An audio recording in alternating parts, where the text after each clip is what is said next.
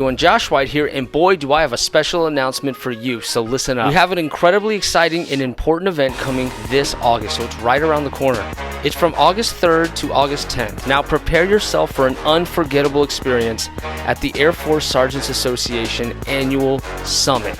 So get ready to book your rooms now because this event is happening at none other than the magnificent Hilton Anatoly in Dallas, Texas. Trust me when I say that this is the premier professional development event for our enlisted airmen and guardians. The lessons you'll learn, the stories you'll hear, and the people you'll meet will be life-changing. There's nothing that compares to this event. And in my opinion, this summit is a vital piece of the puzzle that we need to leverage to boost recruitment and retention for our forces. And it's all because the investment that the AFSA Summit makes is so truly enormous. It has the power to transform perspectives and careers. All right, now let's talk about the incredible lineup of events that this summit will have. We have the Professional Education Symposium, otherwise known as the PES. Now this is where renowned colleges and universities offer badges and certificate-based educational opportunities at no cost. And for our premier professional development, we have the Professional Development Symposium, otherwise known as the PEDS, which consolidates over 24 hours of deliberate development for airmen, guardians, DoD civilians, and their families. But that is not all. We also have the Air and Space Honors Banquet, the Chief Master Sergeant of the Air Force Awards, and the USF Charity Golf Tournament, and just so much more. Over 3,000 military personnel, families, and guests will be in attendance, eagerly waiting to meet you. Get ready for 5 incredible days of networking and professional development that will leave you educated and inspired. Listen, do not miss this unparalleled opportunity to enhance your career and make lasting connections. Get with your supervisor. Get with your first shirt. Let your leadership know that you want to go to this event. They have the capability to fund your entire trip. Trust me when I say this is the event of the year that you do not want to miss.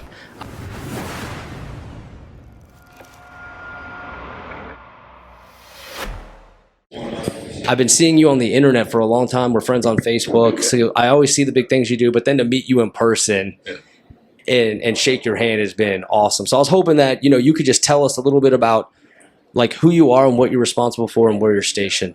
Yeah, so Keith Castille from Lafayette, Louisiana, in the Air Force 26 years, came in as a weapons troop. Over the years, done some different things from professional military education to special interest projects. Now I'm at the Pentagon, which prior job I worked in enlisted force development, and then now currently I am the senior enlisted leader for talent management innovation for the Air Force. Yes, that's right. I heard Chief Bass say that.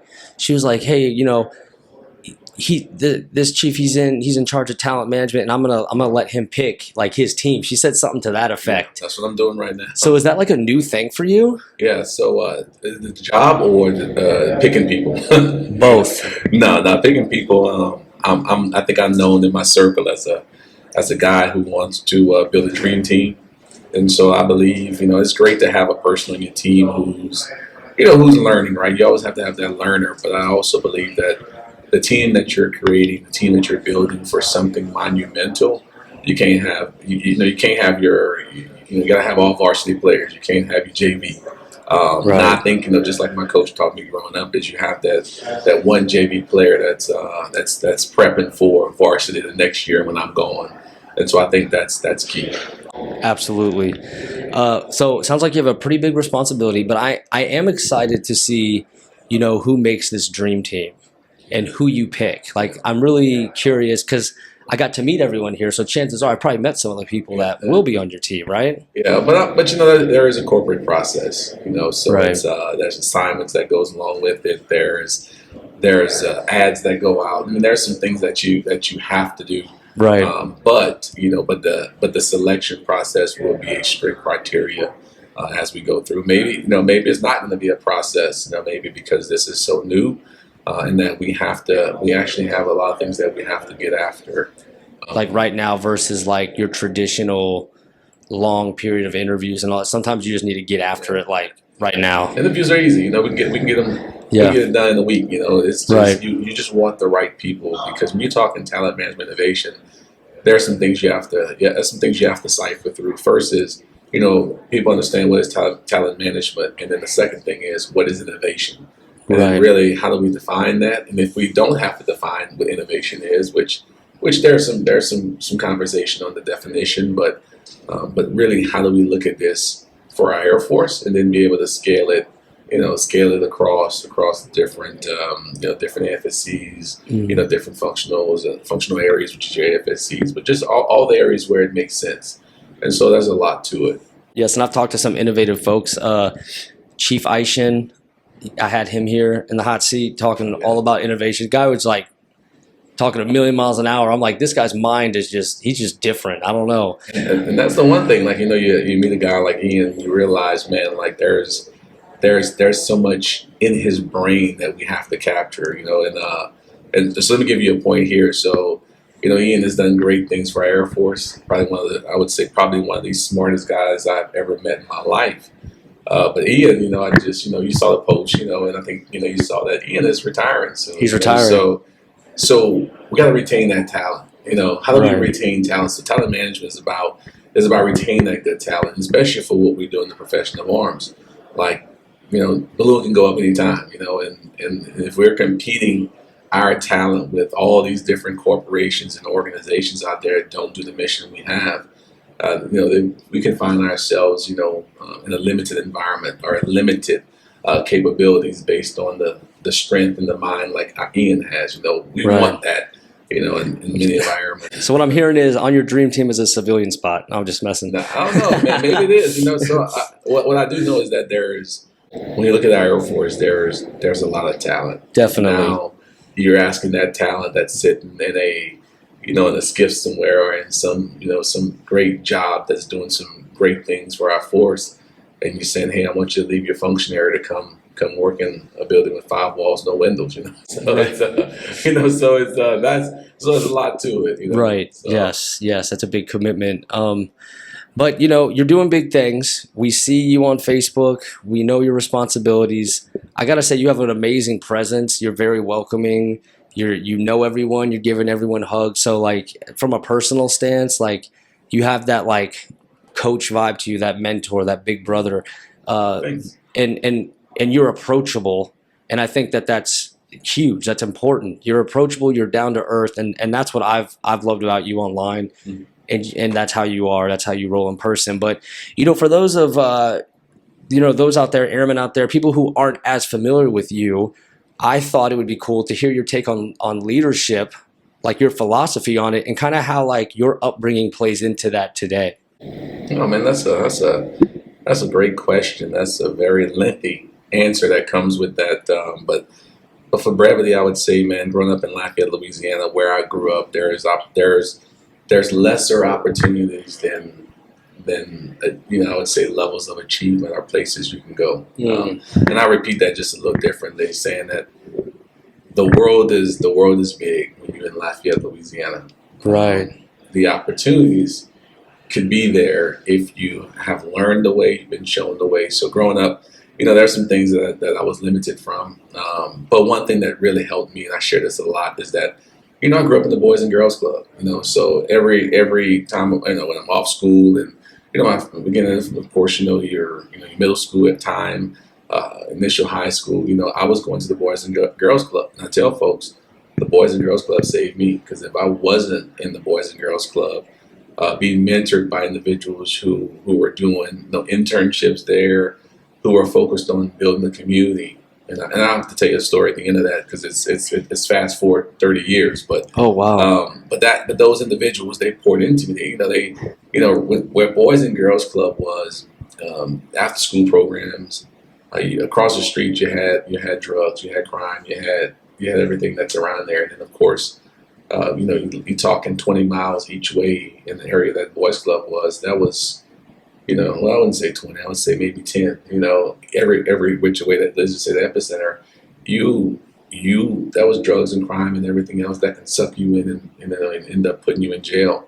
But let's just say, that was saving grace. And so started playing basketball in high school. was around some healthy individuals, some healthy families who took a liking to me. So, I had rides to the practice. I had rides after the games to get me back to the hood. But, still established those friendships today, or those friends, that was there. And so, after high school, man, I had a choice. I could go play ball in college somewhere, maybe D2. Had some other opportunities, but I chose to join the Air Force. And I joined the Air Force because I know that the people that I've watched that had an opportunity to go into school, right? Go do some, go play ball somewhere. Every one of them ended up back home in jail, or for some reason they just started doing drugs themselves, So I watched it over the years, like, wait, man, Chris is back home, Chris, man, the guy that played ball, the guy that was like one of the best ball players, and no, they're back home, and wow. So like you were seeing them, you weren't sure how, but you were seeing them, maybe not go too far from home, and they still had that circle of influence that they were brought up in, and you kind of saw that draw them kind of back into that world. And so they made mistakes. They made mistakes when they left home. They weren't equipped. They weren't equipped with the tools. Gotcha. And that's the one thing I go back and look at, and I just remember after I graduated high school, and I was like, what am I going to do? I remember laying down that bed, and I was like, I remember my one of my relatives, they gave me $20. So I'm laying in the bed, after graduating, walking the stage, and I only had $20 to my name. I mean, after graduation, I'm like, I'm considered a grown man now. What do I do next? And so I thought about, going play basketball. There were opportunities, right? And so I was like, well, I'm going to go here, there. These are the three options. And I remember telling myself, or at least thinking, I will fail if I go this route. And so I decided to join the Air Force. Wow, that's amazing that like you kind of had that forethought, you know what I mean? And I kind of had the same type of thinking when I joined. Like, well, my dad was in, and so that was a huge like example to me. But yeah, I saw like kind of what was around me too, and I kind of felt it in my heart that like it wasn't going to go somewhere good, in the area that I was at. And so I was like, you know what? I'm not going to think too much into it. I'm just going to go. I'll test it out. I kind of had to lie to myself. You know what I mean? If I had known I'd never come back home, 18 years later, I've been in 18 years, I wouldn't have had the courage to have left that. So I had to kind of trick myself and say, this is temporary. I'm going to do this. I'll come right back. But that got me out because I knew in my heart, just like you did, that it was the better future. Yeah. One thing I would tell you that really stayed with me, and I'm in the Air Force, right? So I'm going to be a weapons loader, a bomb loader. That's not something that was truly my passion, but I would say I became good at it because it was my job, right? And I don't want to get kicked out, But it was those mentors, those coaches growing up that really inspired me and motivated me, and you never know your calling until your calling is called, Right. And at some point in my life, I realized I had a passion. I wouldn't say a knack for it. I'd say a passion for development, a passion for leadership, because I know what right looks like. Yes. So yes, you. It sounds like you leaned on those positive influences big time with the Boys and Girls Club, with the basketball coaches. You learned valuable life lessons and found mentors in those environments. So now you knew the difference. And once you know the difference, there's no going back. Yeah. Let me tell you this one story. I said we'll come back to it. I'm 45, right? And so, of course, graduated at 18 in Boys and Girls Club. I would say 15. Let's say 16 years old. I stopped going to Boys and Girls Clubs. Now I'm in basketball full time. Okay. Well, my mom passed away like 6 months ago. 6 months ago. I'm so sorry. Thanks, man. The pastor, I haven't seen in years. And I didn't know who the pastor was. Of course, I'm living in Virginia. She passes away in Louisiana, and so I'm flying back. And then so we had the funeral, and then of course I see this guy, Mr. Harold. Yeah. He was the guy throughout all my years at the Boys and Girls Club. He's the pastor at my mom's funeral. Wow. And so he never seen me in all those years. So you're talking 25 years hasn't seen me. Oh my God. And so he's like, he didn't remember. He remembered my sister. He remembered different things, but he was like, he looking and he preaching, and he's like, it took me a while, but I know who you were. You was that quiet kid, always behind your sister, always listening and learning. And he just remembered all the different attributes about me. Mm-hmm. And he didn't even know. And I had to walk up to him afterwards, after my mom's funeral and after we buried her. And I said, and I was like, dude, you don't know the impact you made in my life. Wow. Like, and here it is, 25 years later. I said, and I go back and think about it. Like, I'm a mentor. I want to be a mentor or a coach or or teach leadership and all this stuff because of this guy, another guy, there's a few of them that was there, and it was a reminder. Like, it was a reminder to me even 25 years later. And I mean, I've been in the Air Force this long. I'm like, and that's the reason why I do what I do. It's because it's people like that who has grown us, who has built us. We have now taken those attributes, and then now we are delivering to other people. And then you see them 25 years later, and then you feel that, man, you're being replenished. And I'm just like replenished again, like, okay, all right, I'm in this new job now. And I'm like, where do I go? I want to do more. Yeah. That is amazing. Like, and I feel like in that moment, especially at a funeral, you're emotionally more open, right? You're vulnerable. And so, like, it's a very sad situation, obviously, losing a loved one, especially like a parent. But being emotionally present and open and then connecting the dots. I loved how you connected the dots of like that legacy, and you kind of saw firsthand the power of mentorship through your own journey in that moment. That's it. Yeah. Wow. That's beautiful. Thank you for sharing that. And again, sorry about the loss of your mother. I know like anyone who loses a parent is that's a huge deal. And so it's something just I'm listening and you get emotions, right, when you're hearing and you're thinking, you're just focused on what we're doing, and just something that I remember, the pastor said that day. He said, and it correlates to this. He says, and it resonates today. He said, when she passed away, right?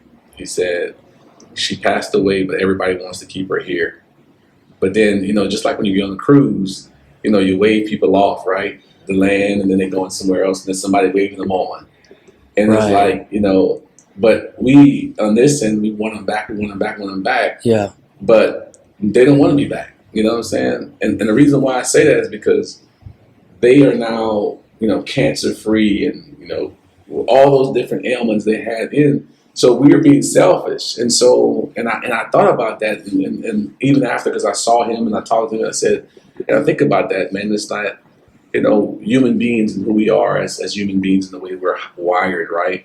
Is, even in life, even in death, right? We have all these emotions. But the truth is, when you listen to a person that have so much knowledge about life, who's raised me, in a moment he was teaching me something, not about life, not about death, but he was teaching me is that our job on this earth is not over. Our job on this earth is to continue going, is to continue to be inspirations to others. Like, today's a bad day, but when you wake up tomorrow, like that's your journey, that's your service to go out and be someone in someone's life that can lead to something going positive for them. And so I thought that was cool because I was in a gut right there, right in the shelter, like, boom, I'm just sad. But then when he said those things and then it resonated, it was like, it was an understanding. Just like mentorship, it's like you don't know something and a mentor teaches you something, and you're like, I got it. Absolutely. And men with that in his position, that's their job. They're there for you in your darkest moments. Yeah. You know what I mean?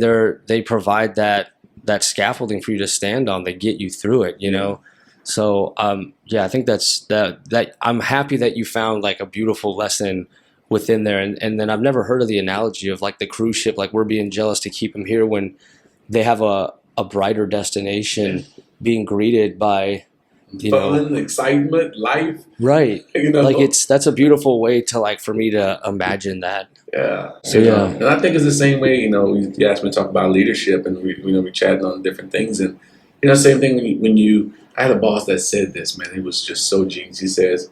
He said to know and not do is so wrong, right?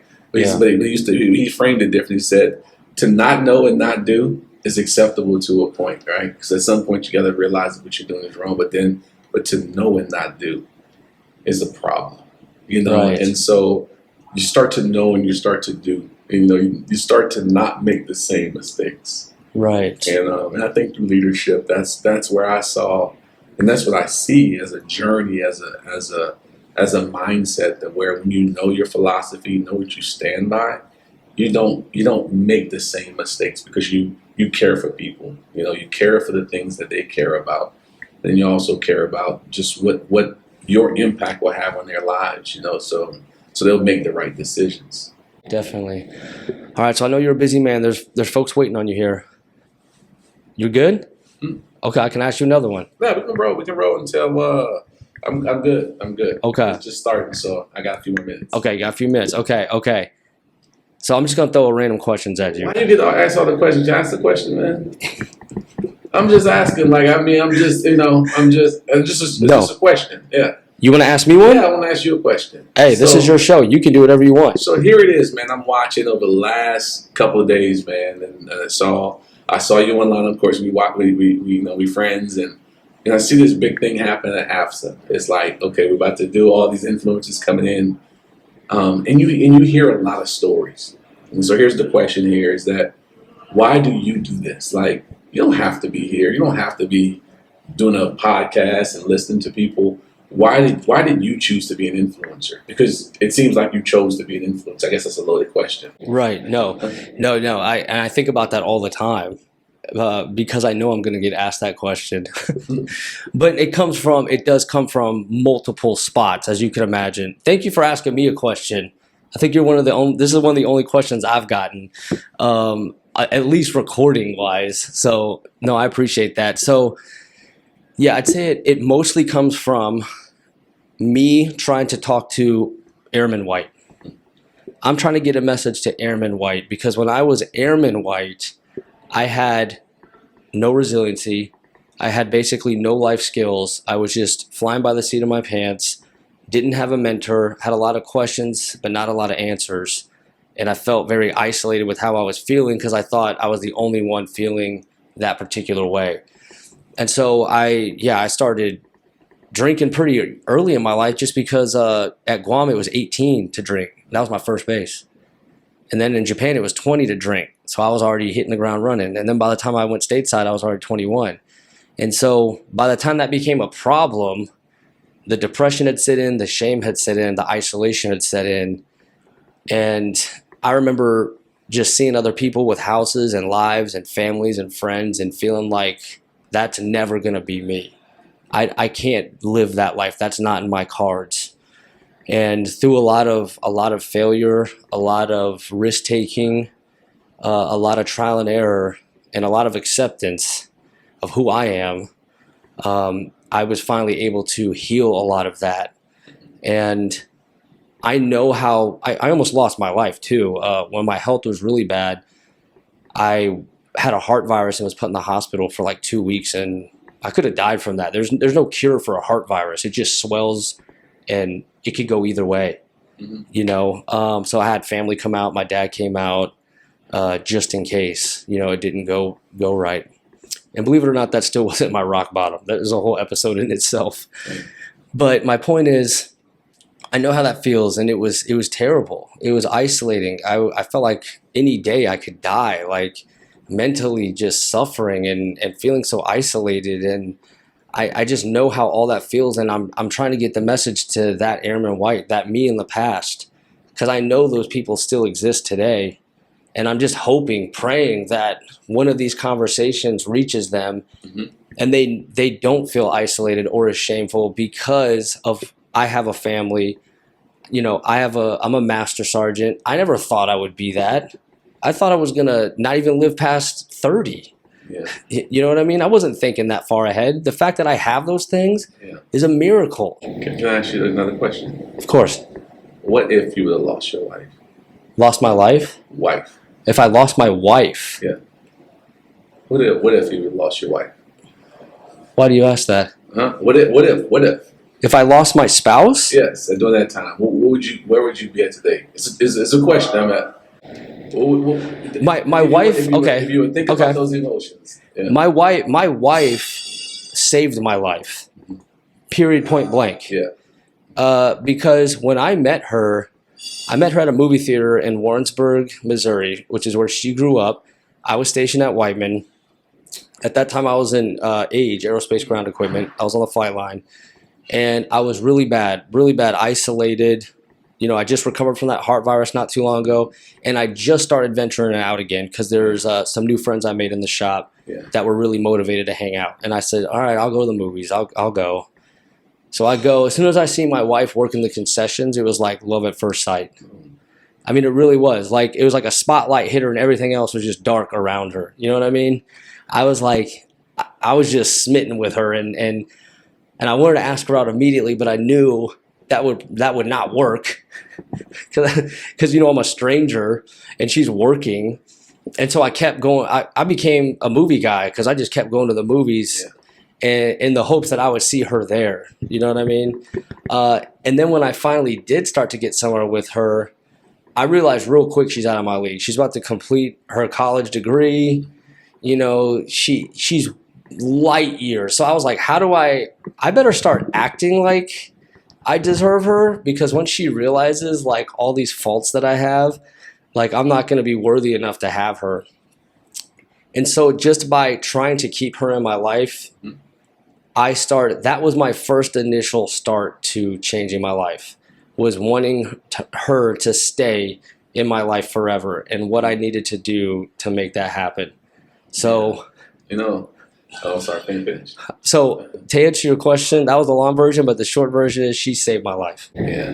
Here's why I asked that question, man. And I'm currently, going back to school, and I've learned a whole lot in the last year and a half, going back to school.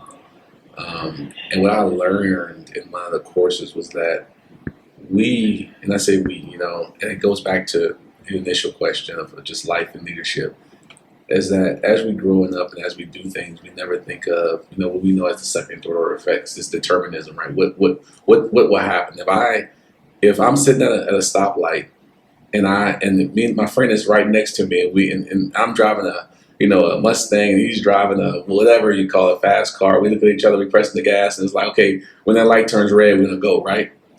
But what he doesn't see is that I see a cop 5 yards out, 20 yards out, right?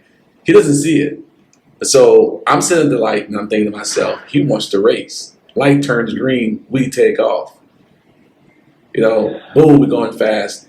Cop pulls me over, takes me to this, of course, and gives me a ticket.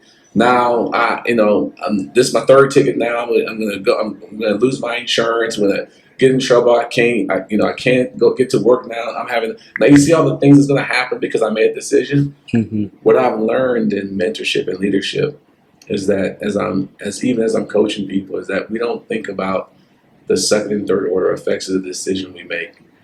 And so I ask that question is because it's like, if we can go back to any time in our life and think back, would I have made a decision differently? Some I won't. Like, what, I went through what I went through because it was because it was what it was.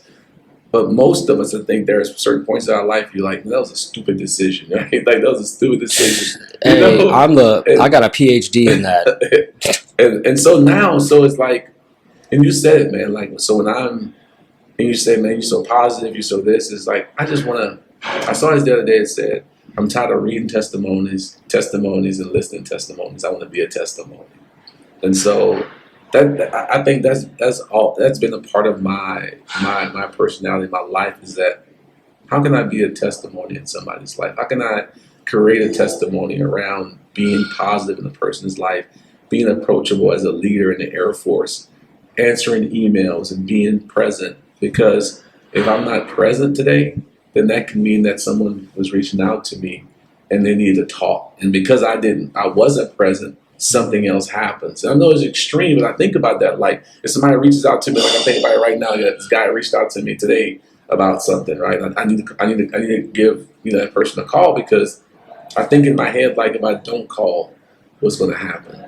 What decision that person's going to make? Could I be in that person's life to be able to intervene and do something?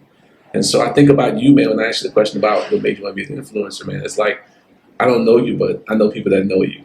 And the lives you change just through doing this is just amazing. And for Todd, of course, Simmons to reach out and create this, and y'all working together, create this influencer circle, man. It's the world need more of this. And we all here for a reason. Like, we are here for a reason. Like, I'm not doing this because KC want to do it. I'm doing it because there's a higher purpose. There's a calling for me to do something. There's a reason why Mr. Harrell was in my life at a certain point. There's a reason why he was at that place of a time in my life. And there's a reason why I took that and said, you know what? Reaffirming that this is my mission. This is my goal. And so I just thank you, man, for doing all these great things. Man, I appreciate that. It's powerful. I really do. Not everybody can do this. I couldn't do this. Before, back when I was drinking a lot, if I wasn't drinking and I went to speak, I would stutter. I couldn't even formulate the sentences without being like a nervous wreck. So it wasn't until I worked on myself, got out of my comfort zone, did things like honor guard, that everything else started falling into place. Like, my purpose opened up, my strengths, started coming out. I didn't think I had any strengths. I was just coasting. And so it was that introspection. It was that leaning into who I am instead of trying to be someone else. It was going through the hard times and the good times. And it was getting out of my comfort zone, because that showed me what I'm good at and what I'm bad at and what I appreciate and what I don't. If it wasn't for getting out of my comfort zone, I would still have all these blind spots and have no idea what I'm good at or what I should be doing. You know what I mean? But no, I appreciate the kind words. And honestly, I've been highlighting every person that's come here and heard their story. But, to be honest, I have a huge impact. Like, you guys are giving me just so much joy, so much care. The fact that I was even invited here, that Todd Simmons helped set this up, and just the love, care, and support of this initiative has warmed my heart like you would not believe. It's really, this experience has changed my life 100%. I will not be the same person ever again because of this experience. But what's even more profound than that statement you use? Because your life has been changed, you're gonna change 100 more. Hell yeah! Because you got more energy, you got more pickup now. That's the influences. That's it. It's like, if something is given to you, you're gonna give it back 100-fold. And that's when you're an influencer. And I think that's pretty cool. Absolutely. Thank you for saying it that way. That was beautiful. So there's two questions I got for you. All right. There's two. Here's one. I just like to ask this to anyone, any airman. What was your proudest Air Force moment? Man, my proudest Air Force moment, I have many. Okay. I'm going to go through all of them just real quick. Let's do it. My proudest Air Force moment is when I see others achieve what they have set themselves up to achieve. And I had some part in it just by saying, if it's as simple as a word. That is my proudest Air Force moment. Whenever I see others achieve, I'm clapping. I'm clapping like it's my award. Right. That's my. You feel that love in your heart, like knowing that they're living their purpose. Like, what that feels like. We hope everyone can get that feeling. We pray they can get that feeling, and but not everyone cheers like that. I'm cheering. But you know what I mean? You met those who take it as an attack even. So, but you're getting gratitude from it. Yeah, not even in a selfish way. Like, I am genuinely happy that you have set a goal for something, or you just did the work and you got awarded something. Even if it's a slap on the back, even if it's a coin, even if it's somebody just saying, "Hey, thank you for the work you put in." Like, I'm happy because you felt that dopamine rush, right? You felt that it's dopamine. Yeah, you felt that push. That's like, oh man, I feel good about myself. And I love that feeling. When other people thrive, it gives me a high. Yes. Mm-hmm. Hell yeah. That was a quick answer for everybody. You thought it was gonna be long, right? I did. That was it. That was the blanket statement. No, I think that makes you a great leader. I'm just gonna be honest, because not everyone sees people that way. You would think they would, but not everyone does. Mm-hmm. They want people to be successful on their terms, how they want to see it. And sometimes there's people who don't always get joy from others' success. You know, they're threatened by it, or maybe they feel shame themselves because they're not trying hard enough, whatever the case may be. I tell folks, that's a you problem, not a me problem. There you go. But the fact that that is how you approach life, I think is extremely healthy. And, you know, we need more of that. I try to lean into that as much as I can. That award ceremony, I try to look at every single person and because I know what it takes to get that award. That is nuts to get to that point. That was many long hours. That was a team coming together. That was great leadership. That was great. Like, I know that. So, like, I wanted to look at every single one of them in that moment and celebrate them because, yeah, there's a lot of gratitude and love like you can get back from just seeing them so happy and reaching that point, that pinnacle, you know? All right. So we got one last question for you. You ready for this one? And you can't give me a short answer for this one. All right, here it is. When you retire, what do you hope is your legacy? Man, I would ask you to set up another question because I'm not going to like the answer on this. This is going to be short. As I'm going through life, I don't think about legacy. I don't. There is nothing in this world that I think of I want to be known as at the end. I'm not thinking of my name being in the building. I'm not thinking of my name being in a book somewhere. But what I would say, if you wanted a real answer from, you know, of course, from the heart, is that, man, I just want to make sure that you know, I got 3 sons, right? I just want them, you know, to look at my retirement and say, man, that's my hero. You know what I'm saying? I want my wife to look at me and just say, you know, you've always made me proud, but today you made me more a little something more prouder. Right. And I just want the airmen that I serve with to look at and say, you're not going anywhere because you're in me. Yeah. That's what I want to. You know, that's what I want to feel like. I won't have a legacy because my legacy continues with the thousands, hopefully the thousands, the tens, the one airman I touched life. You know, so or I did something to. Walked in the room, or I just said good morning or good afternoon, and just at the table like last night, just had a strong conversation. So I would hope that my legacy does not leave with me. I would hope my legacy stays in with the hundreds and hopefully thousands of airmen I touched. That's amazing. I know it has. If so, because this is what I say. This is the lesson that's been like going over and over in my head since I've been here, and that is, if you're a leader, you don't get paid to try the hardest or be the best at something. You're the leader and getting paid to be the leader because you need to care the most. I feel like if you care the most, and that's what I've seen in all of y'all that you have in common. You have purpose and you care the most. And I feel like if you have those two things, then all those other things that we worry about will take care of themselves by nature of you caring. Yeah, that's true. That's some real talk right there. That's real talk. You heard it here first. Mm-hmm. Okay, so that was a short answer. So you're right. I do have one more for you because I'm not letting you out that easy.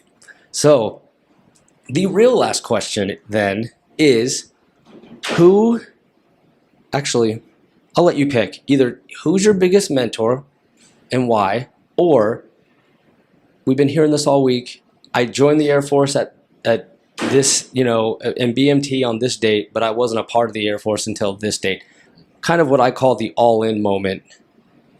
So either your biggest mentor, or tell us the moment you were all-in committed for a 20-plus year career that you knew that was your life goal. Yeah. So I'm gonna keep this one. Is it okay if I go faith-based on this? Absolutely. All right. Well, my biggest mentor is not a man on this earth. My biggest mentor is the man above. I love it. There's no question in this world that my mentor is one that is the highest power, that don't make mistakes, you know. Right. And I believe that he has set the example for all, and that is the example we should emulate. I don't want people emulating me. I want people to look at me and say, "Man, he is Christ-like. He is faith-like."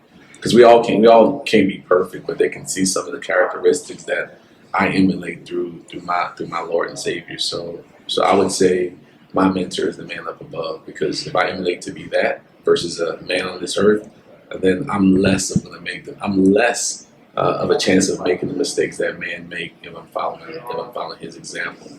I do go answer the next one. What was the second one? I'm sorry. What was the Your all-in moment. My all-in moment.